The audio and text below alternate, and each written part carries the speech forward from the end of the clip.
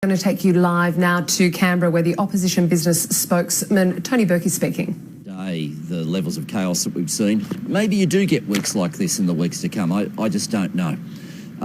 What I wanted to point to particularly, though, was something that didn't happen in question time today. When a minister is under fire, there is one thing the minister wants from their Prime Minister, and that's for the Prime Minister to back them in. Today, a bit of an embarrassment of riches in terms of the number of ministers who are under fire. You had Susan Lee giving her contradictory interviews.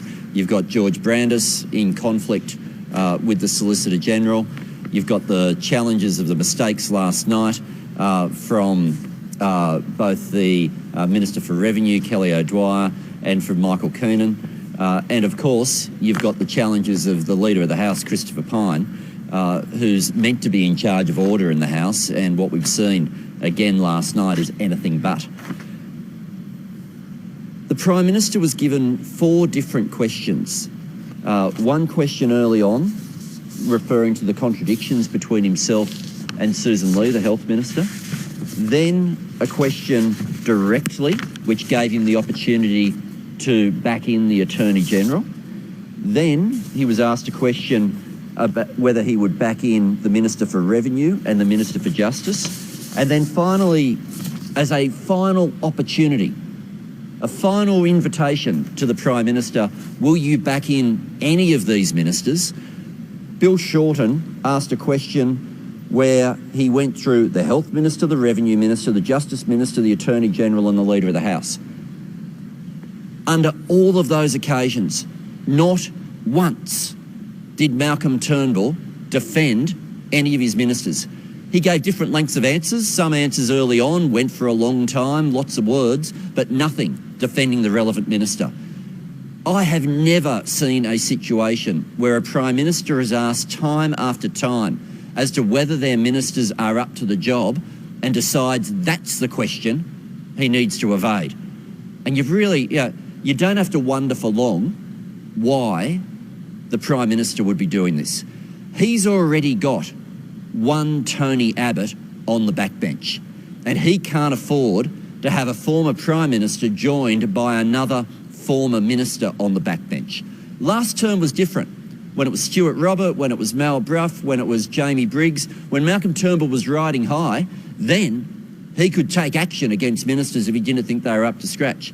Now he's got ministers who don't turn up for work, who go home early, who wander into the Parliament, support resolutions that are put forward by the Labor Party, ministers who are clearly not up to their jobs, and Malcolm Turnbull can't do anything. He can't stand up for them, nor will he back them in, because he knows backing them in is indefensible. So we have a Prime Minister who can't even comment about his own ministry. He can't back them in because it's too humiliating and they keep contradicting him, but nor can he take any disciplinary action against them because the instability that is now within this government is at an extraordinary level, and he can't have a former minister joining that ex-Prime Minister who so provocatively earlier in the week put his hands to either side in front of the full Parliament and said, it's good to be popular. We know exactly what game Tony Abbott's playing, and it means we have a Prime Minister who's incapable now of running a government in any normal way. But aren't these just pointless chamber games here? Do you think the public actually cares about what goes on? The fact that she endorsed a second reading amendment, that's a pretty obscure rule in the depths of the night in Parliament? Well, in terms of the specifics of that, because let's not pretend for the Minister for Revenue that last night was the only offence. This is the person who designed the census. This is the person who contradicted the Prime Minister over negative gearing. This is the person who was asked a question in detail about a specific bill in Parliament today, when she'd been referring to the legislation in an earlier answer, a bill that only went through yesterday, and she couldn't answer a basic question about the impact of that piece of legislation. So there's a serious competence issue already for the Minister for Revenue. But if what happened last night was just a normal procedural game, then it would have happened before. But what happened last night, it's not the first time an opposition has moved an amendment of that nature. They get moved on the majority of bills. It's the first time a government has supported one inadvertently. And the reason they did it, what lies at the heart of this, is you've got government ministers who pay no attention to the votes in the parliament. That does matter. What does matter is whether you've got ministers who turn up for work or go home early, whether you've got ministers who, when laws are being made, pay attention, or whether they just arrogantly think they're above it all and don't need to. That's the difference with what happened last night. There's a bunch of schoolchildren right up there on the first floor overlooking us at the moment. How do you think they would react to what they saw in Parliament today? Well, I think they would want Australia to be run by people who turn up for work. I think they would want Australia to be run by people who pay attention to the detail. And I think most importantly, they'd want Australia run by people who are competent. And what we saw today, when the Prime Minister was asked about the competence of his own ministers, he could not bring himself to back them in, nor does he have the political authority to be able to stand them down. That sort of stagnation should not be what drives the government of Australia. On Stephen Conroy and Spurs negotiations to try and replace him in the Senate, looks like there's a factional brawl unfolding in the Victorian right over Kimberley Kitching. There's some concerns about her and the links to the HSU. Isn't that going? Before you finish, I'm completely unaware of this issue. So you can throw whatever you want to finish the question, but that's going to be the answer.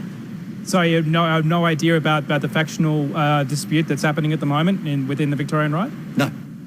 Would you be happy to have Ms. Kitching replace Stephen Conroy? Because you're talking about a person I don't know on information that I don't know about. All right, then. Well, how important is it that this Senate spot be filled without any factional brawling going on? Oh, it is important that we have the best person in the Senate to be able to represent the Labor Party. That's a matter being sorted out through the Victorian branch, but it's not something that I've been following closely, that I've got any detail that I can offer you. Can I say that's the difference between the question Kelly O'Dwyer was asked today, when she didn't know the answer but decided to bluff it through, and the situation for me now, where you've put something to me, I don't know the answer, I tell you. That's a sensible way to have a conversation, not the joke that went on in Parliament today. Thank you. Thank you. That is where we'll leave that media conference there by the opposition business spokesperson, Tony Burke. He was speaking about how he thinks the Prime Minister, Malcolm Turnbull, has lost control over his ministers.